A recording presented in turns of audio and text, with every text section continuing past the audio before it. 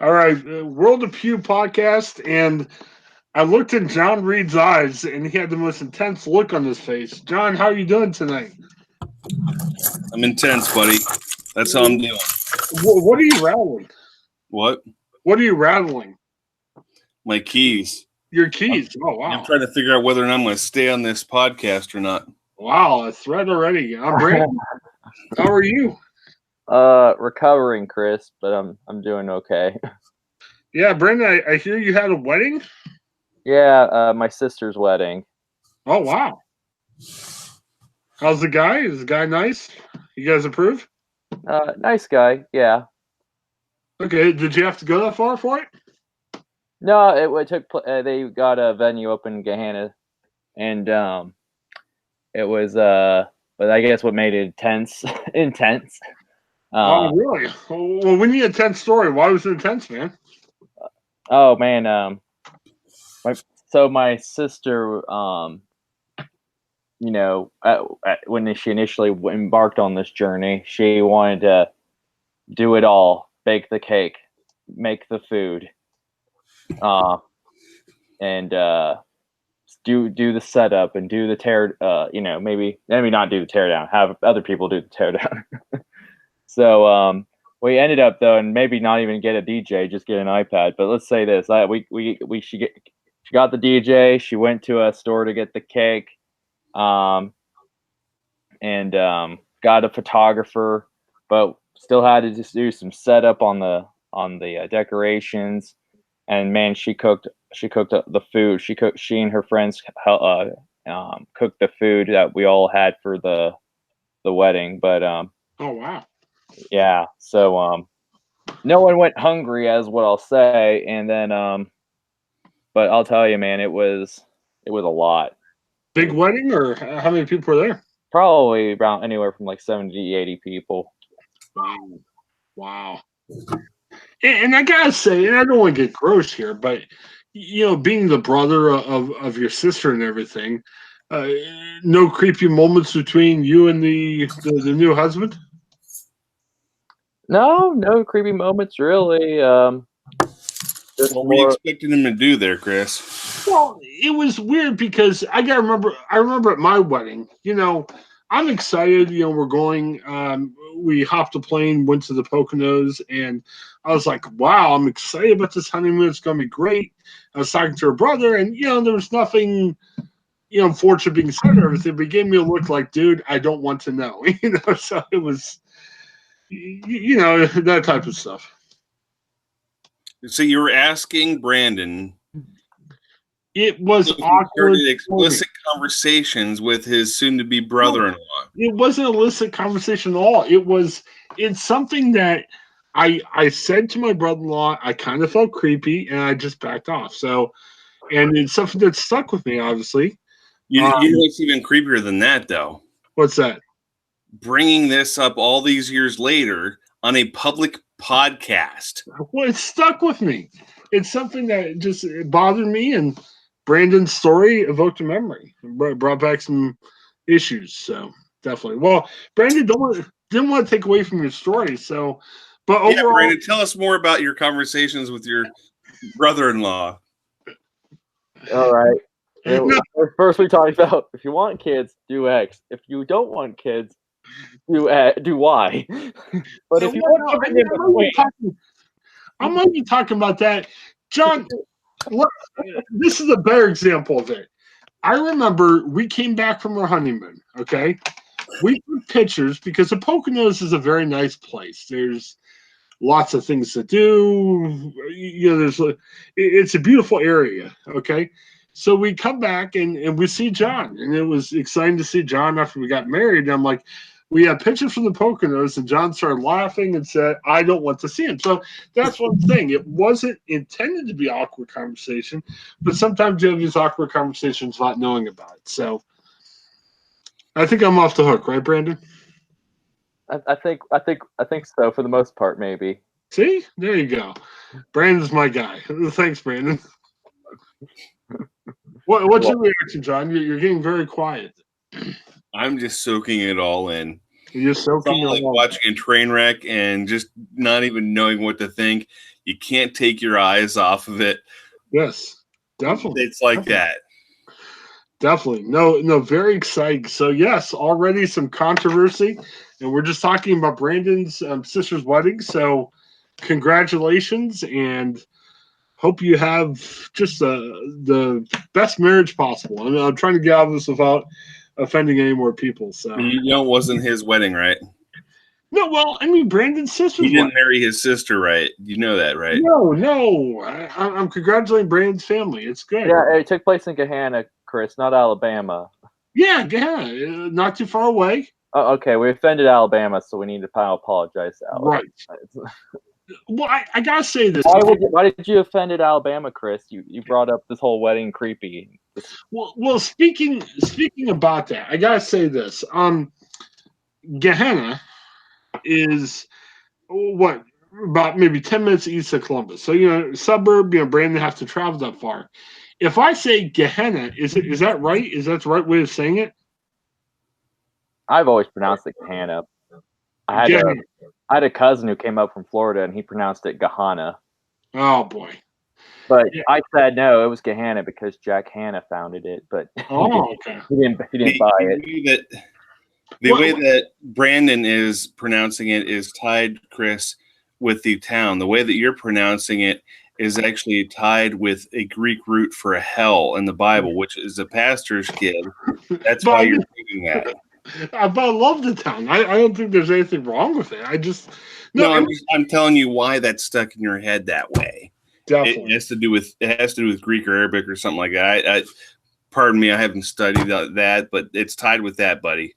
Well, every time I bring that up, and it's very awkward at our house because we live 10 minutes away, and it comes up in conversation like, hey, let's go out here or let's go to eat here. And every time I say it wrong, my wife yells at me. I'm like, don't we have better things to argue about? And apparently we don't. So, Brandon, your wedding story has brought back lots of repressed memories.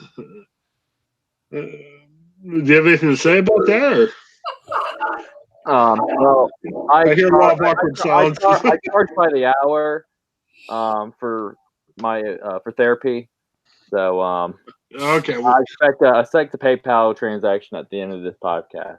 Definitely. Well, let's move on then. And speaking about charging by the hour and providing strange service, Brandon, you and I are close there. John, you're a little bit further away. Did you guys get to check out what's been happening with the Mount Carmel Hospital? You're breaking up, buddy. The Mount Carmel Hospital. You guys get a chance to check that out?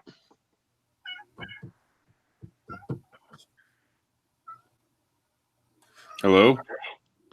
Hello, we're having some technical difficulties. John, Brandon, are you there? I can hear you guys. Okay, I hear you. Okay, fantastic. Well, hey, this week's been kind of a strange week in the world of healthcare. Mount Carmel Hospital. John, did you get a chance to read about this? A little bit about that. Not too terribly much. I honestly, I confess, I don't know much about Legionnaires. Oh, yeah, it's not good. Like to be totally frank, I thought that was like, people who used to fight in the army and now they're part of the American Legion. Now they're Legionnaires, but evidently not. Yeah, definitely. Brandon, what do you know about Legionnaires? It sounds bad. I think I hear about it, but I don't know exactly the symptoms I know it sounds bad to me as a reporter, but yeah, sounded like they had to do a lot of disinfecting of their water lines and so, yeah, not been a good year for Mount Carmel. Yeah, definitely not, because earlier in the year, Dr. William, I believe it's Husel, there was, he was arrested last week because the Franklin County prosecutor down here said he purposely caused the death of 25 patients by ordering excessive doses of the opioid fentanyl. So, and this was during his time as an intensive care doctor for Mount Carmel Health System. So, 25 people died. They were trying to figure out what happened, and he was being blamed for it. Again, this was at Mount Carmel. Then last week, they opened up a new restaurant, hospital, shall I say, in Grove City, another suburb around Columbus. And what was it? 14 people were sick, Brandon? I don't know the number, I think, but hadn't there been at least one death? Yeah. One death, and the report that I was sharing with these guys, I believe it was like 14 people sick from Legionnaire's disease, and obviously the horrible thing that happened. And we don't mean to poke fun at what happened at Mount Carmel, but this is a brand new hospital, and they had 14 people get sick. Sadly, one person died from Legionnaire's disease. Now, I gotta tell you, it's sad, and obviously horrible to know what happens, but the healthcare system right now stinks. And if you're a fan of Obamacare or Trump care, whatever care that you're a fan of, our healthcare stinks a lot. But to kind of go back from the seriousness and get into the silly, which I'm glad that we're getting into, John, I gotta tell you, are you afraid of flying? Not really. Okay, well, I used to be afraid of flying, but people said, look, what's the chances that you'll die in a plane wreck? Is like 1 in 10,000 or 100,000. I mean, it's relatively remote, right? It's way less than me driving. I know that. Definitely. And what else do they say? They say that after there is a plane crash, sometimes the best airline to fly is that airline, because they're doubling down. They're making sure everything's safe, secure, everything else, because they've been through a horrible plane crash. What do you think, Brandon? Healthcare. Do you think it's the same thing? Well, yeah, I could see the logic in that. More scrutiny, and it is invited because of this. So it's kind of a wake up call usually. But other than that, sometimes, and of course, our reaction, the reader's reaction, would be, maybe not use Mount Carmel services. Meanwhile, the daily podcast that New York Times puts on had a story about UNC's cardiology services, surgery services for children, and that they were having it turned out they had a high mortality rate of mortality. High mortality, yeah, excuse me. It's nighttime, excuse me. High mortality rate of children dying from complications from what should be routinal surgeries, and secret recordings indicate they didn't know how to get out of the hole. So, and that's something that made me kind of choke up. Yeah, I don't know about maybe yes, maybe no. Believe it or not, Mount Carmel took good care of my grandmother who got sick. She's now in her late 80s, and was a smoker back in her time, so she's now struggling with COPD. So they kept her for three nights when she was having congestion problems, and she's doing a lot better. So, well, and John, we got to be careful here, because obviously, there was some, bad stuff happening down here in Columbus. But, overall, when you look at healthcare and everything, you want to find cheap deals. You want to find good deals. And unfortunately for Mount Carmel, since they've been through this, obviously their public relations is down the toilet. And, my wife is telling me, if I get sick, never send me to Mount Carmel and everything. Could Mount Carmel make this kind of fun? And they say something to the effect of, hey, we'll do better next time, or, just kind of poke a little bit of fun at what they did. And then secondly, what would you go to Mount Carmel if they offered you 50% off? I mean, could Mount Carmel do something fun and unique to try and get the publicity back in their way, in a positive way, or are they done? Usually after people are permanently affected by a condition getting worse, and even like death happening, it's not usually the time for them to do something fun.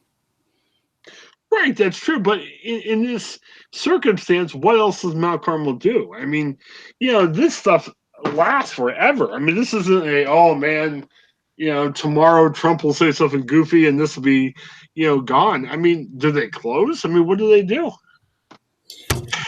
they find out who has been managing that place, who might be responsible for those gaps, and they literally start rolling heads down the street like it's time to clean house, get rid of management who might have been slipping up, and it might be a time for them to actually sell and have another hospital system purchase the hospital.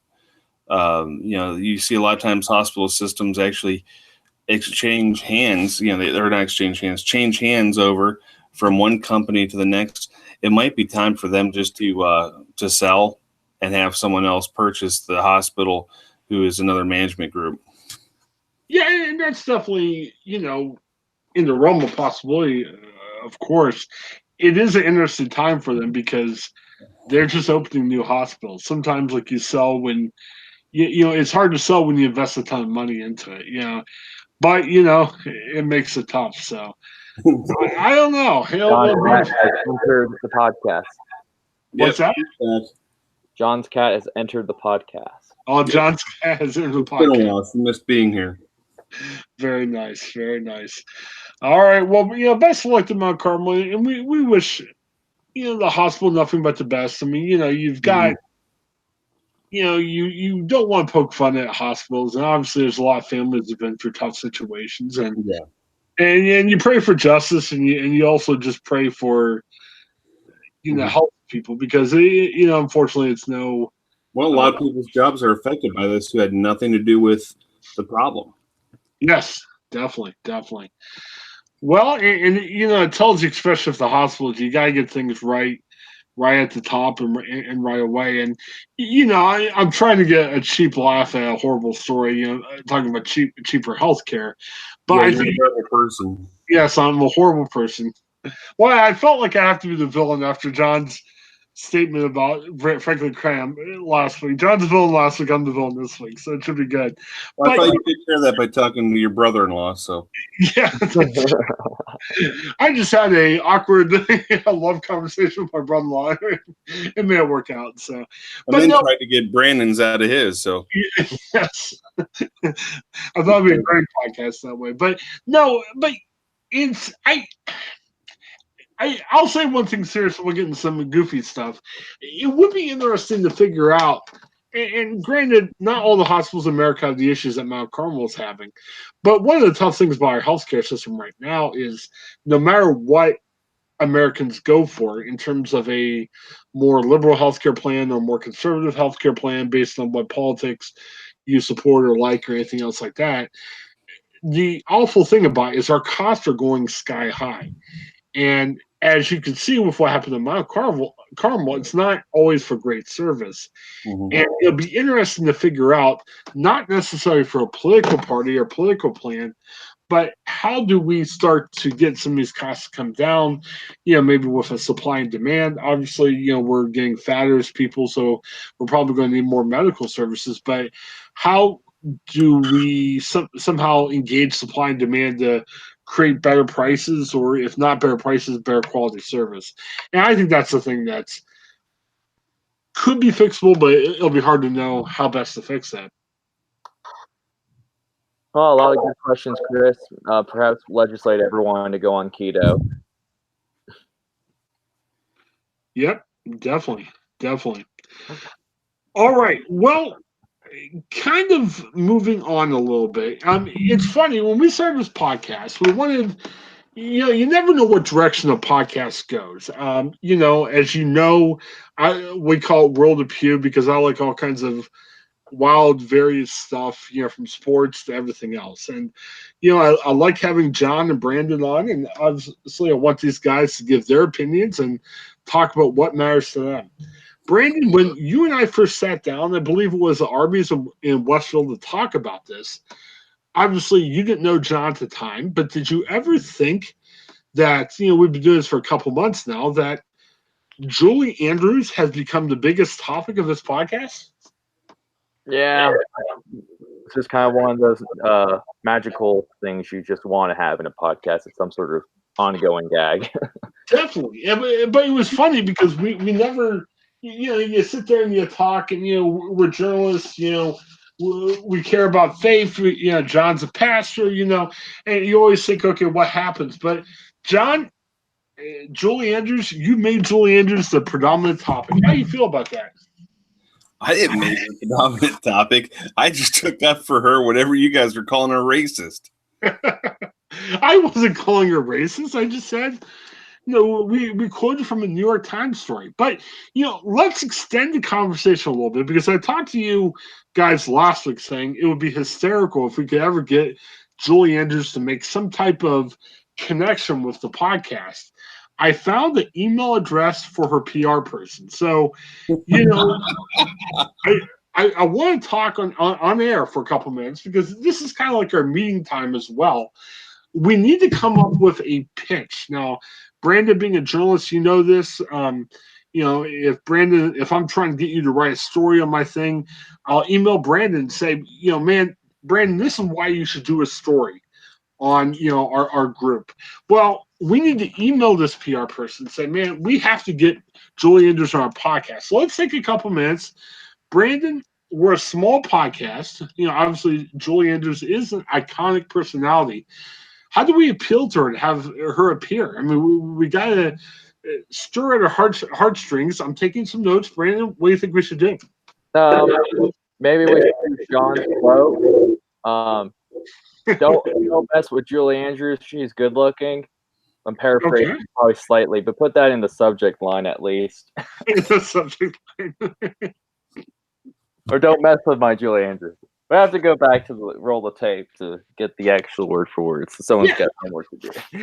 Yeah, because we can make a videotape of that. Now, it's interesting because sometimes, like on Twitter, a good tactic to use is like, a lot of celebrities, like I love Dick Vitale. So I shared with Dick Vitale over the weekend that I admired his passion for people in the game of basketball, and he retweeted me. So the great Dickie V retweeted me. And sometimes, like on Twitter, that's a way of connecting with a celebrity. And sometimes you can say, hey, you should appear on our podcast and everything. Unfortunately, Julie Andrews has not tweeted over a year. So, I was originally thinking Twitter. We've, tagged her, and that hasn't worked. So you're saying, Brandon, instead of going for the heartfelt heartstrings, make this young man happy, you want to just kind of startle her, right? Because she's probably getting a lot of requests like this. Oh, sure. Okay. Yeah, just try to capture attention is always the best way to go. All right.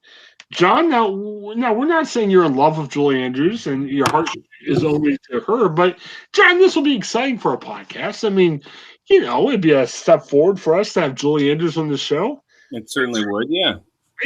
And that'd be good. And hopefully Julie Andrews is a good sport. And we can talk to her about, what she thinks about, some goofy people who think her movie's racist. So, should we tell your story, or should we talk about? I don't have this story. You guys were reviewing Mary Poppins. We had that article from New York Times come up. I was trying to say that I didn't like it. You were trying to grill me, and finally, in my being flustered, I said, "Don't mess with my Julie Andrews." Right. Later, we kind of drew that out. And I said, she was good looking. Right. And that's fine. Young John Reed, mom and dad popped in the VHS of Mary Poppins in the movie, in your TV, the little VCR at the time, and John discovered women. It happens. So what? I mean,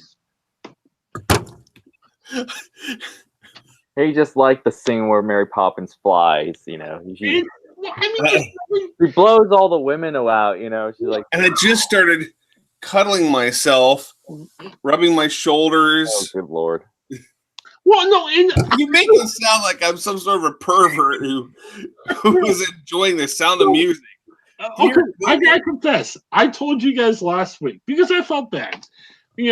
John took a month off, which was great, and no problem at all. He came back, and we were joking with John, and I felt like we were just picking on him.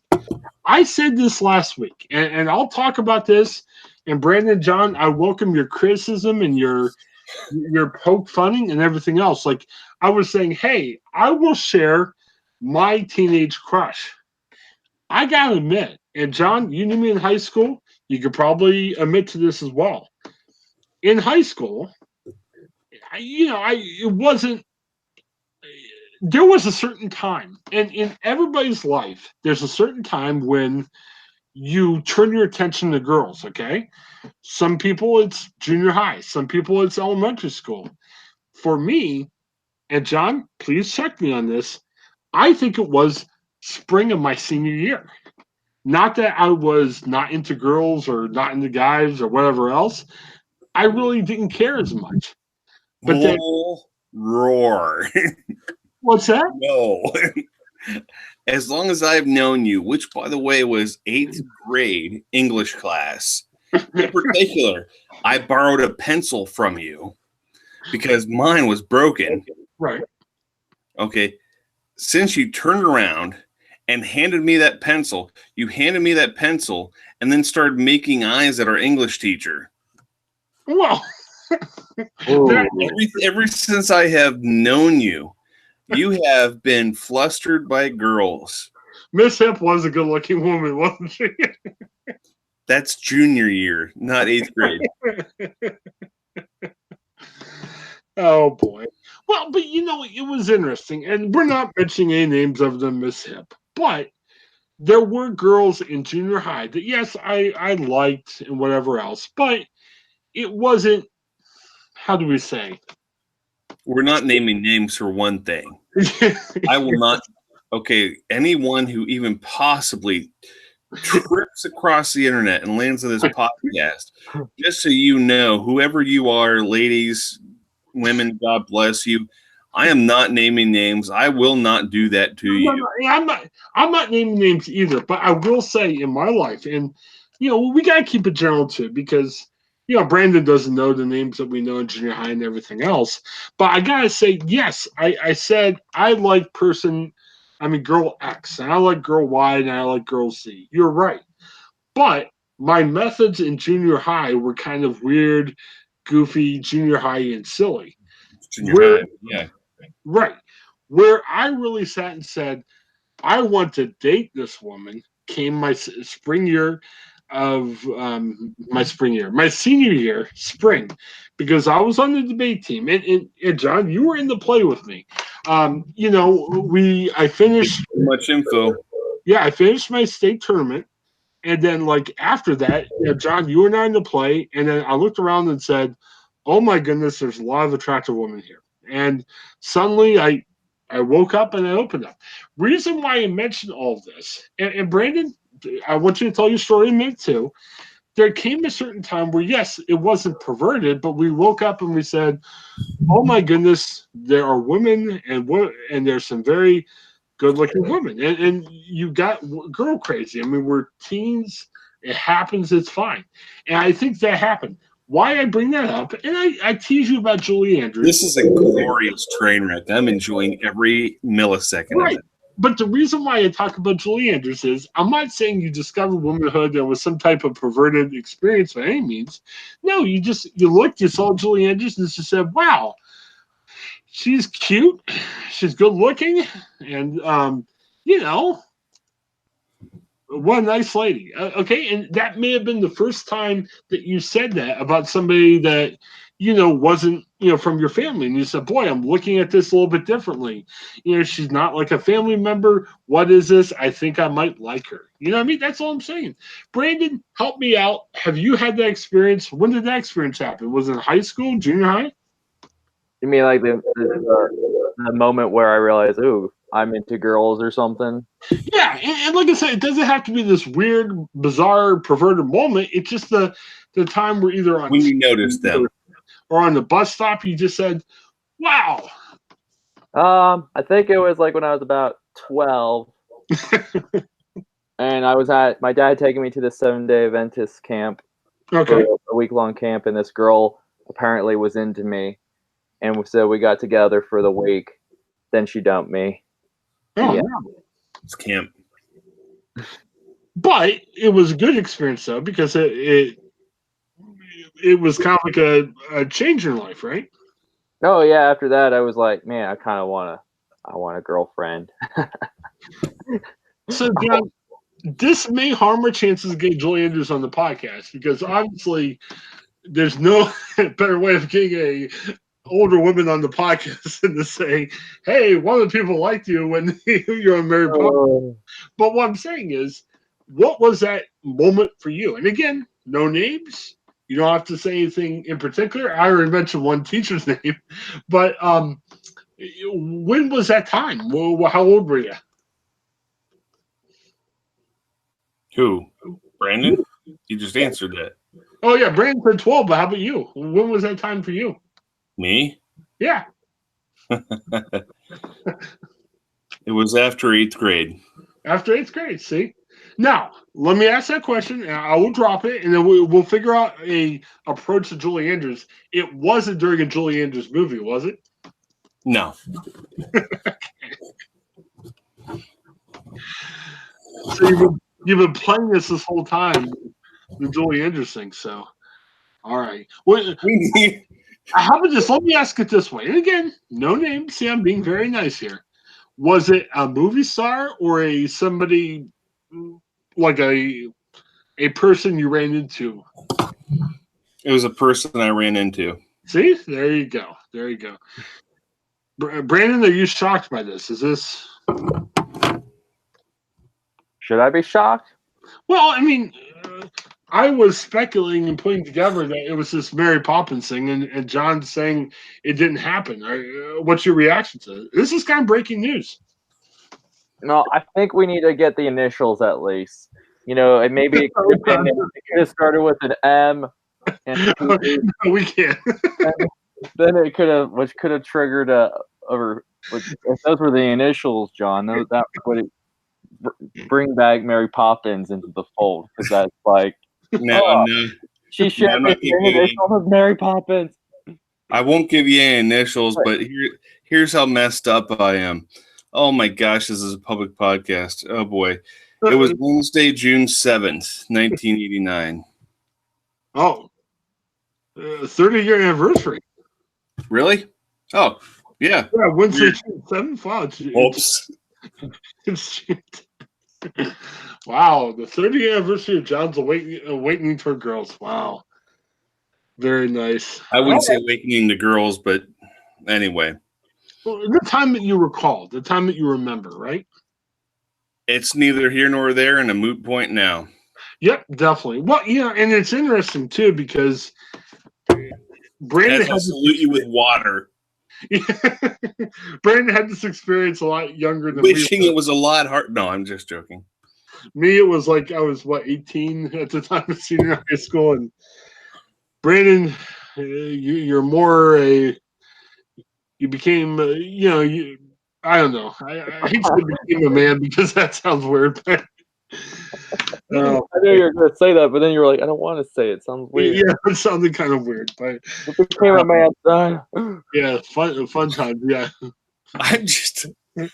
I want to see a statistic on the percentage of time that I've just stood here shaking my head, because this is one giant train wreck of a podcast, but hilariously so. The bad part is like I know someone who listened to the other podcast, maybe 2 or 3. And now they're not talking the same more, right? Great. Say their initials, John. Let's do this. Ain't going there. Not going. All right. So let's wrap up this topic by saying the Julie Andrews, I think we've got to come right out and say, we had this conversation. We stood up for you. You're not racist. And in that time, John defended you. John doesn't necessarily have the hots for you. It was just more of a John has your back. I hate you. I love you, but I hate you. I said you didn't have the hots for her. I mean, it would have been worse if I said you did.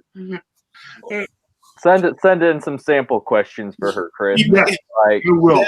John didn't have the hots for you. You could have also said something like John wasn't licking his chops over you, or John wasn't salivating over you. Mother. Hey, mother of pearl, what are you doing? We'll send them You're just off the rails. We'll send them the tape of this podcast. It'll help out. Oh boy. I need a refill of water, and then I'm gonna have to pee really soon from all the water I'm drinking, just sitting here shaking my head and drinking. Oh boy. All right, right. But one thing we have to appeal to Julie Andrews' sense of, I don't know.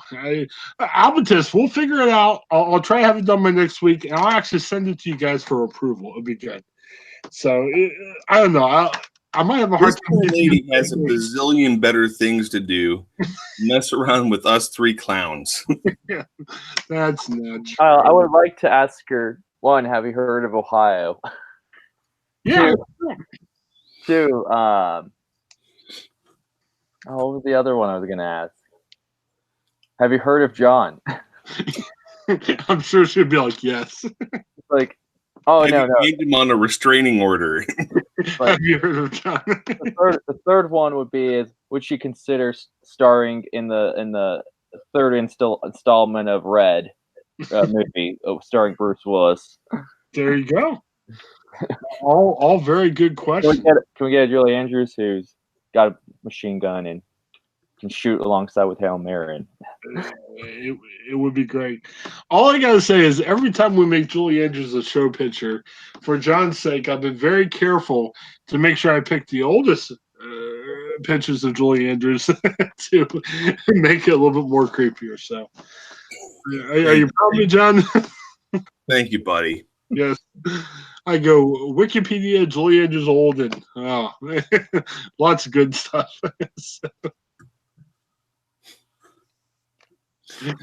Oh man! Go for Gray. Oh, thank you, John. This is great. So, all right. Well, water fighting for it, and like I said, Julie Andrews, if you're hearing this, because I need to lead to this.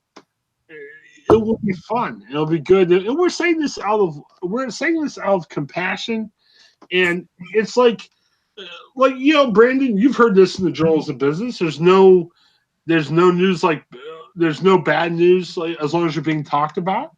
Well, this is great. We're giving Julie Andrews plenty of attention. What would this advertising time be worth for her? So this is actually a good thing. I bet Julie Andrews is proud of us right now. So. This is great. So you are so deluded. She won't be happy because I charge by the hour. Yes, definitely. All right. God, John, John is off the podcast.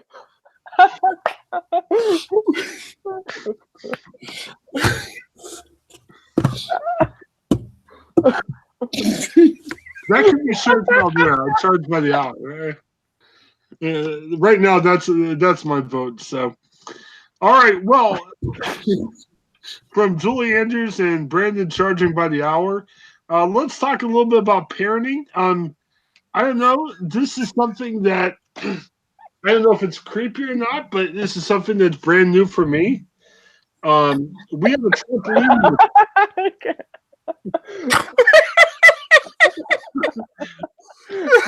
What was the worst transition ever.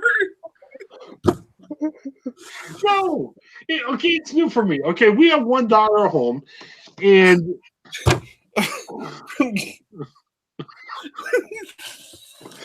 oh, John. Now this is going to help you guys into some of the podcast. Let's turn our attention to the youngins. What? It's not anything to do with that. Let me share it, and I'll let you guys be the judge of this. My lovely daughter, she's obviously has some special needs. She's going through some things in life. She has autism, and part of having autism, there's just some social issues that come up, and she's turning 7, and because of it, it's kind of hard for her to make lasting friends. Well, one thing that we've heard, and we've went to some Christian seminars to talk about this, is that they say as your kids get older, if you're worried about your kids going to somebody else's house and doing bad things, you want to be that cool house in the neighborhood. Well, my wife and I, we're not sure if we're the cool house in the neighborhood, but we have a trampoline in the back, and we have a kind of a kiddie swimming pool, and we have gotten kids from all over the neighborhood coming to play with Ashlyn and playing on the trampoline and the swimming pool. And now I am not just a dad, but I'm a dad of a daughter with friends. And I gotta say, it's a little bit different for me. John, you have a daughter about our age. Mm-hmm. How's it been? Have you had this experience yet? I've had the experience of having a daughter with friends. It's a little bit different though. For some reason, it's a little bit harder to break into those circles. I'm in a unique position too right now, where our social circles are being a little bit changed about, and that's made for an unusual strain, I guess. Plus, I'm also a part of a smaller community where typically a lot of the people who are here grew up here. And so the social circles, while everyone is already friendly, they've kind of remained intact. And so it's a little bit harder to break into pre-existing social circles. It's not impossible, but it's different when people grew up here. They've continued to be able to have work here. They know each other. They never left. And so it's a little bit of an unusual situation where, not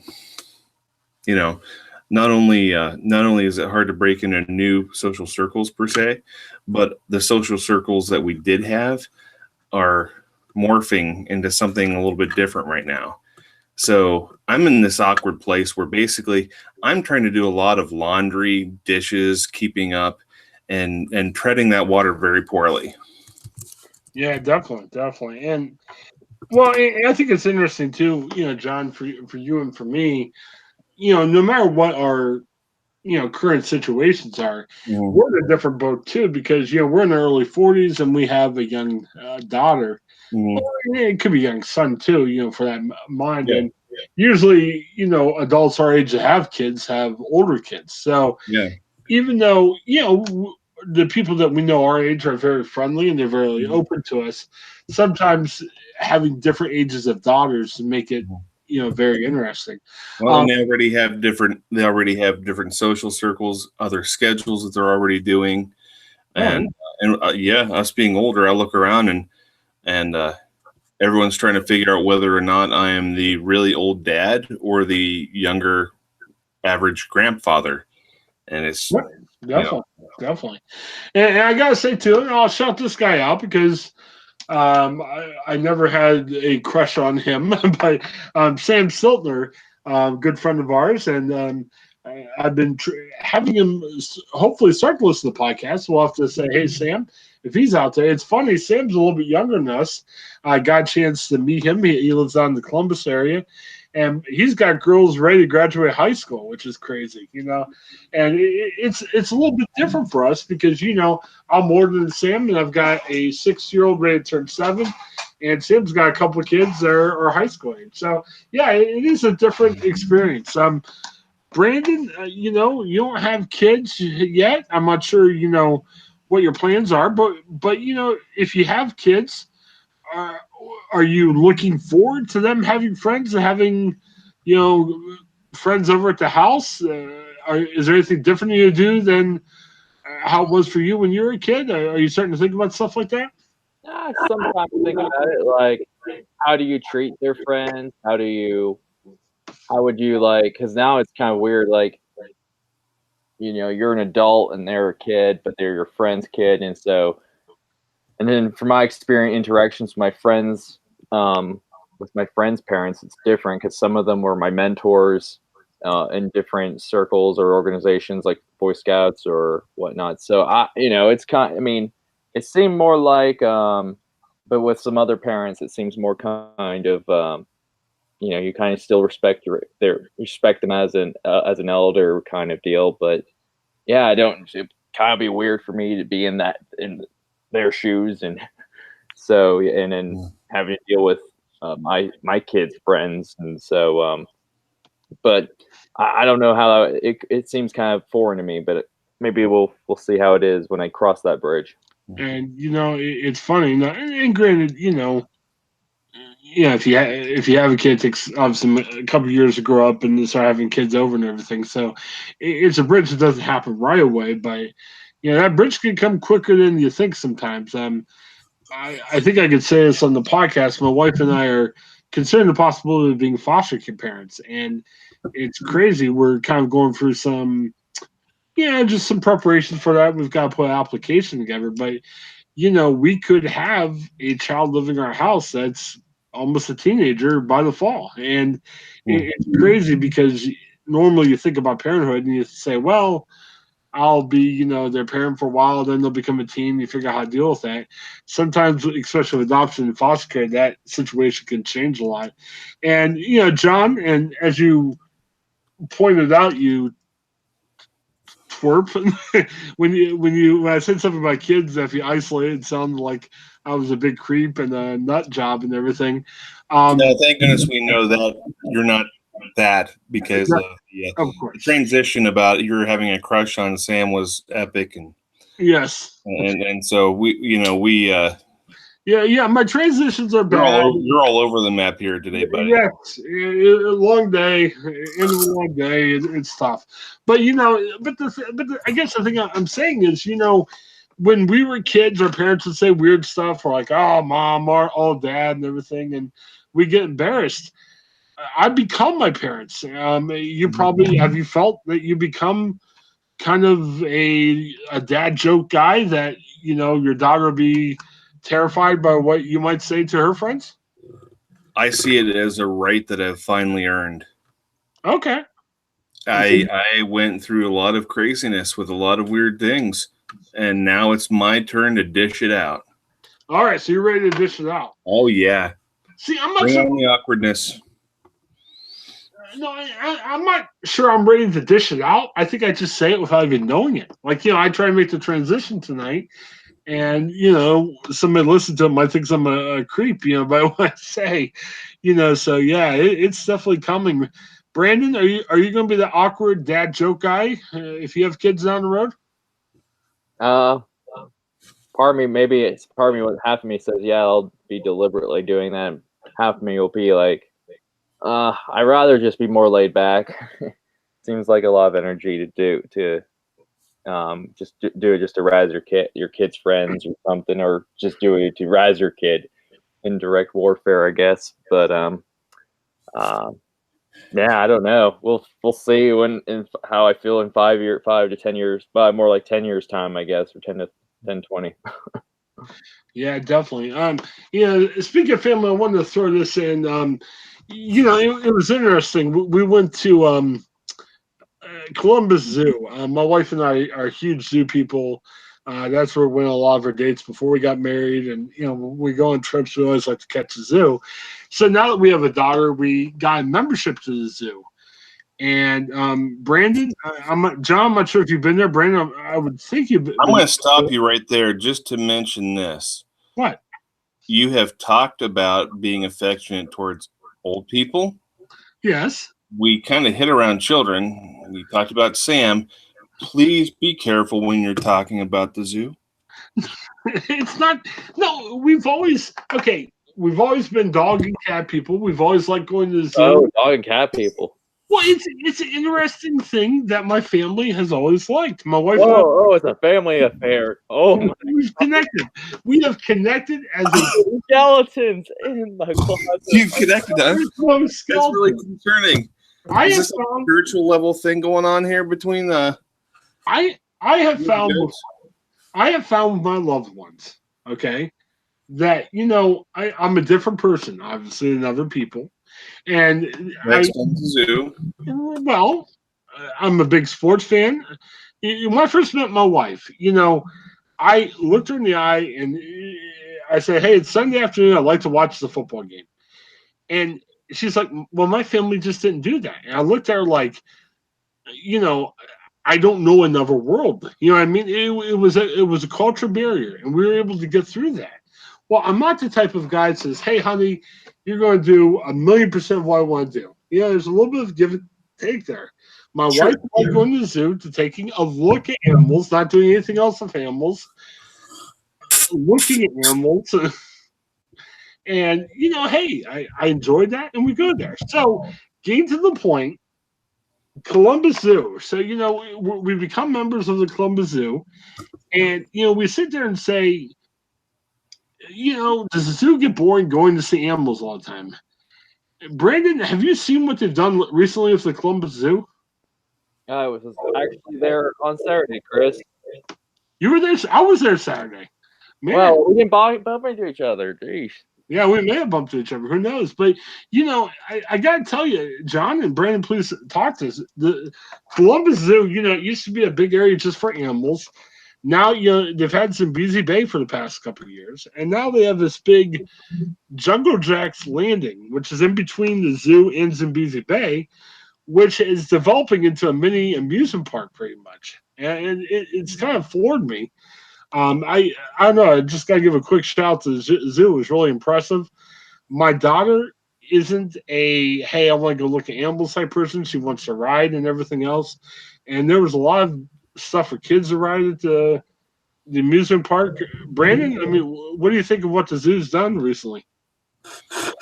Well, it's kind of zoos are businesses, regardless of they can talk about conservation and all the things, and they do, but at the end of the day, they're businesses, and the zoo, of course, is diversifying. So, they got some water amusement, they got some ride amusement, and then they got animal amusement.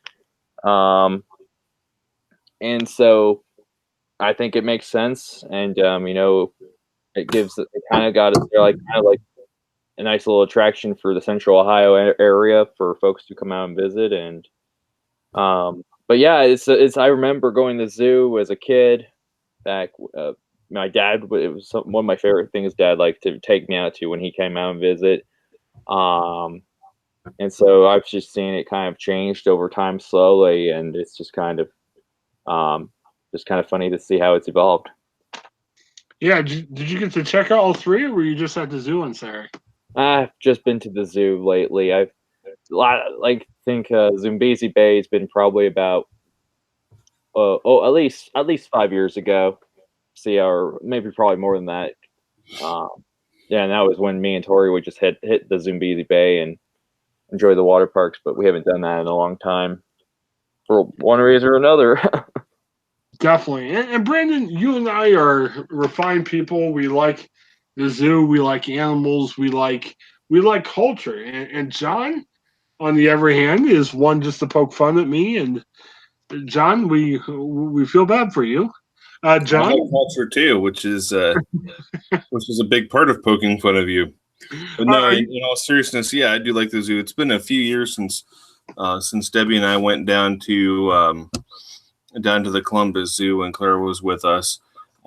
Clara was probably, I'm guessing, 2 or 3. We've gone to Pittsburgh a few times too, since it's so close to us, and then I think Akron, and I think maybe even Cleveland once too. But I love going to the zoo, and I could go all the time.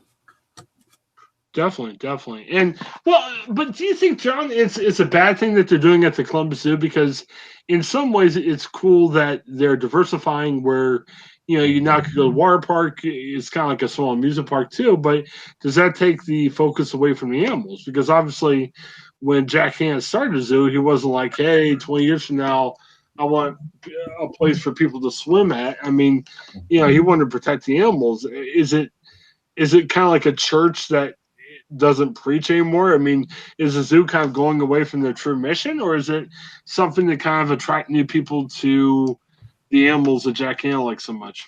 I think they're diversifying, which should add to the stability, and I think it's really cool that they're on the cutting edge like that. Hopefully the long range vision doesn't eventually lead to the elimination of care and exhibition of the animals. I'm not one who thinks that exhibition is some sort of neglect or abuse or anything like that. But I think that it would be a nice way to make sure that type of revenue keeps on being generated for the zoo. Definitely, and it's interesting. The zoo has a like gold memberships. They now with their stuff have this thing, and Brandon, you can probably speak to this too, where the admission fee isn't a lot. I think adults can get in for $15, but to do different stuff, there's a little bit of a kind of like a tiered pricing. So you get in for a certain rate, but if you want to ride rides and everything else, we got fortunate. With Ashton having autism, we were able to get. We had to buy her a pass, but now we also have a caregiver pass, which is neat. We get to go on rides with her, and she's getting to be that ride type person. So, it's pretty interesting. So, bravo, Columbus Zoo. Well, wanted to finish out about this, and John is furiously sending me notes about this, and I am shocked. John, I thought I knew you, man. Kiefer Sutherland is turning into one of my favorite actors. John doesn't know him that well. He hasn't seen 24. Brandon, Kiefer Sutherland, thumbs up, thumbs down? Thumbs in between. Oh, man. Well, the reason why I bring this up is I don't want to slurp all over Kiefer Sutherland. I thought it was interesting, though.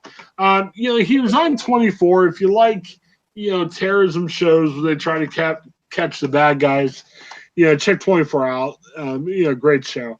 But he went from 24 to a show called Designated Survivor. Have you guys seen that at all? Nope. Okay. Tori saw a few episodes of that, and I caught a glimpse of it. Yeah, very interesting show. It comes with the premise that, when the president gives his State of the Union speech, everybody in Washington is at that speech, but to keep one person behind just in case something horrible happens, now the government can move on and succeed. Well, long story, a bombing during the State of the Union, everybody's dead. Kiefer Sutherland, who comes in the show, being I think it was like the housing secretary, so a low-level cabinet position. Everybody else is dead. He's now president, and he's not political. He's not Republican or Democrat, so he becomes the first president that's truly independent. And it's funny because he starts out being very meek, and Kiefer Sutherland's a very aggressive, guy on 24. Well, why bring this up? We've talked a lot recently about streaming TV and is this better than network TV? Well, the show Designated Survivor was on ABC for, I believe, 2 years. It got canceled. Those things happen. Netflix picked up the show, and now Designated Survivor is one of the fewer shows on TV that went from regular TV as an ABC to Netflix. It was interesting, a little bit surprising. Obviously the rules on Netflix on what you can and can't show or what you can and can't say are very different than ABC. But it's been an interesting show. John, do you see some future in that for some of these TV shows that go away that could potentially just show up on Netflix, not as a reruns like The Office, but more of kind of continuing on its original shows? Oh, sure they could. Many times, a lot of the reasons why shows get dropped have to do with stuff like politics. It's not just always jumping the shark early on. Many times they get dropped because they keep on being pushed around the schedule, or especially if you're talking about network TV. Sometimes budgetary concerns. Sometimes they're trying to push this new show, and there's not enough time and budget to keep on supporting, Project X, which came before it. I don't see why Netflix or Hulu or whoever would want to pick up a type of show like that, why they couldn't and actually do an adequate, even exemplary job at that. Just in us talking about it, I've looked it up. I really hadn't heard it until you brought this up. I'm going to check it out because it looks pretty cool. Yeah, and figure out. I'm not sure if Netflix is showing the first 2 seasons of the show too. It'd be interesting. You can pick up in season 3. I'm kind of wondering, if it's easy to pick up in season 3. But check it out. It's pretty good.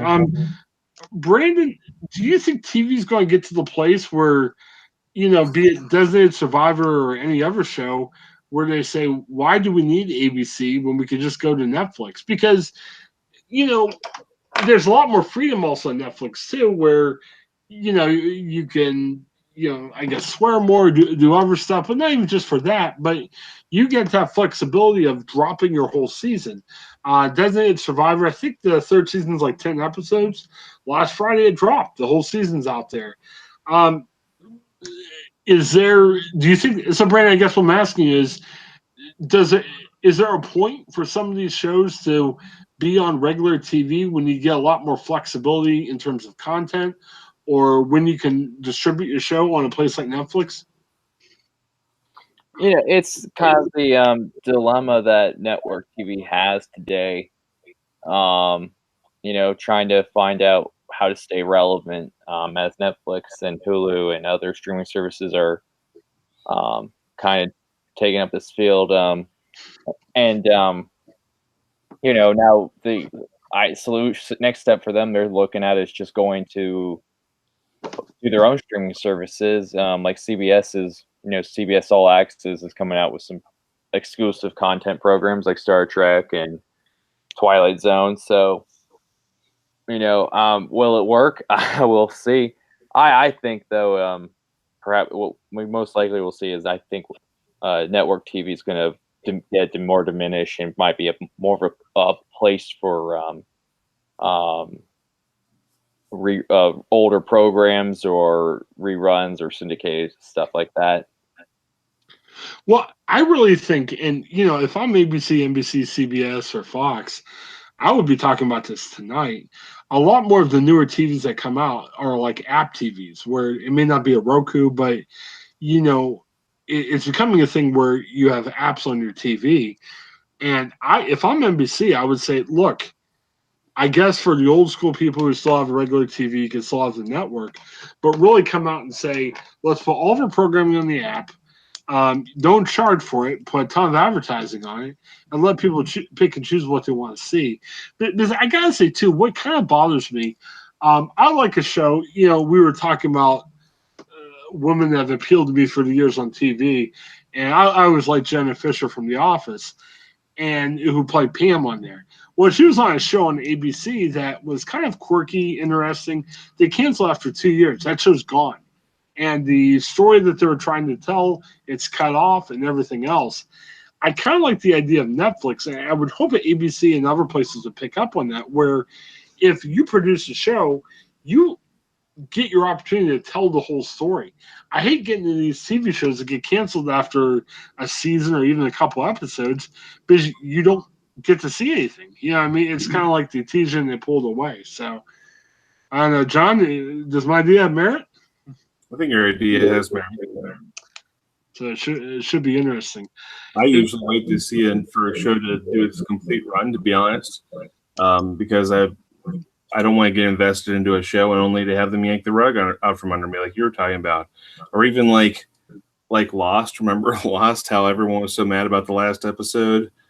Game of Thrones is this big thing going on where their last season, everyone tried to petition to redo the last season, and I never watched any of it myself, but I'd hate to have invested in 7 seasons only to get to an 8th season and be just absolutely irate over how they handled it. Well, and sometimes too, I think Americans have attention deficit disorder when it comes to TV. Like the Jenna Fisher show, very interesting show. It was called Breaking Up Together. She played the wife. One of the stars of Wings, that was a show I used to like, was her husband. They divorced on the show. But they live in the guest house. They trade places. So instead of moving away, one of the spouses lives in the guest house during the week, and then they flip spots. And they talk about dating and everything else. Well, at the start, I was like, ugh, I don't know if I like this idea. It kind of depressed me a little bit, but I kind of stuck with it because I like Jenna Fisher and I like The Office. And it turned out to be a really compelling story because near the end, they were talking about getting back together. And it almost turned into a love story between the, married couple and everything. But, it gets canceled. And, as Jenna Fisher was saying on Twitter, hey, we can't tell the rest of our story. And granted, it's a dumb TV show. You can make the argument saying, hey, if we never hear the end of the story, who cares? But then on the other hand, what does it say about arts in general? I mean, you've got to be able to finish the story you read, or that art becomes kind of silly. You see what I mean? Perhaps if we can't get Julie Andrews through her PR person, maybe we can get Jenna Fisher through her PR person and get the rest of her story. That way you can take care of your crush. Yes, it'll be good. But you know the nice thing about it is I can't find any old pictures of Jenna Fisher to put up, so it'll be good. We'll just settle for this one. I mean, like you said, you're a dog and cat person, right? Okay. You'll have to share with me that picture later. Oh, you mean the picture of your cat? Yeah, my cat. The one I just held up right to the camera. You know, This is a family program, gentlemen. What's that, Brandon? A family program, gentlemen. Yes, it's a family program. Well, if it was Chris's family, it sounded like. Never mind. It was a family program. That's when Brandon and I sat together and decided to start this podcast. I said, I'm going to make it Howard Stern like, and Brandon's like, family, family, family. It's going to be rated G for good. So, thank you. There's a dad joke for you. Yes, very much a dad joke. Good job. I gotta say, and I gotta share with you one more dad joke, and we'll be done for tonight. Speaking of The Office and my favorite thing, hockey, one of the most awkward experiences of my life, not just a podcast, was when we had that 15-minute segment talking about how cool the Columbus Blue Jackets are, and seeing the dead look in your eyes. But John, I gotta share with you a story. Brandon, you might like this too. Was watching on TV the other night. Blues and the St. Louis Blues and Boston Bruins, Game 7 for the Stanley Cup the other day. Jenna Fisher, Pam from The Office, is a big St. Louis Blues fan. John Krasinski, who was Jim from The Office, very big Boston Bruins fan. And they're going back and forth on Twitter and everything. So, John, you know from The Office, Stanley was the big, grumpy old African-American guy. So, and Stanley in hockey is the Stanley Cup. And Pam said to Jim, Jenna Fisher said to John Krasinski on Twitter, Pam might be going home with Stanley tonight. So, what do you think, John? Wow. Very nice. Very nice. Brandon, any thoughts? Need some time to digest it, Chris. Well, there's probably no hope for John in hockey because I thought bringing up his favorite show on Netflix, being The Office was a good idea. I don't know. The Office is always a good idea. But, wow, the Stanley Cup. Yeah, it was Stanley, from The Office. So, yeah. The dad jokes have abounded. Well, guys, before we go, what should we call this thing? We always have a debate of what we should title this episode. Well, let's see. Boy. I don't know, Brandon. What do you think? What would get traction for us? I charge by the hour. Yes. Perfect. I think that's good. And at a rate of $0, Chris, you owe me nothing. Yes, definitely. Well, for those of you betting at home, we definitely lots of mentions of Julie Andrews. I didn't keep track of it. We didn't have any mentions of Franklin Graham today, so we all should be happy out there. So, guys, thanks so much. It's fun. I enjoy being able to make fun of you guys, and I don't mind when you guys make fun of me. So, thank you so much. We love you, Chris. Have a great week, everybody. We'll see you back here next Monday. Have a good night, guys. Good night.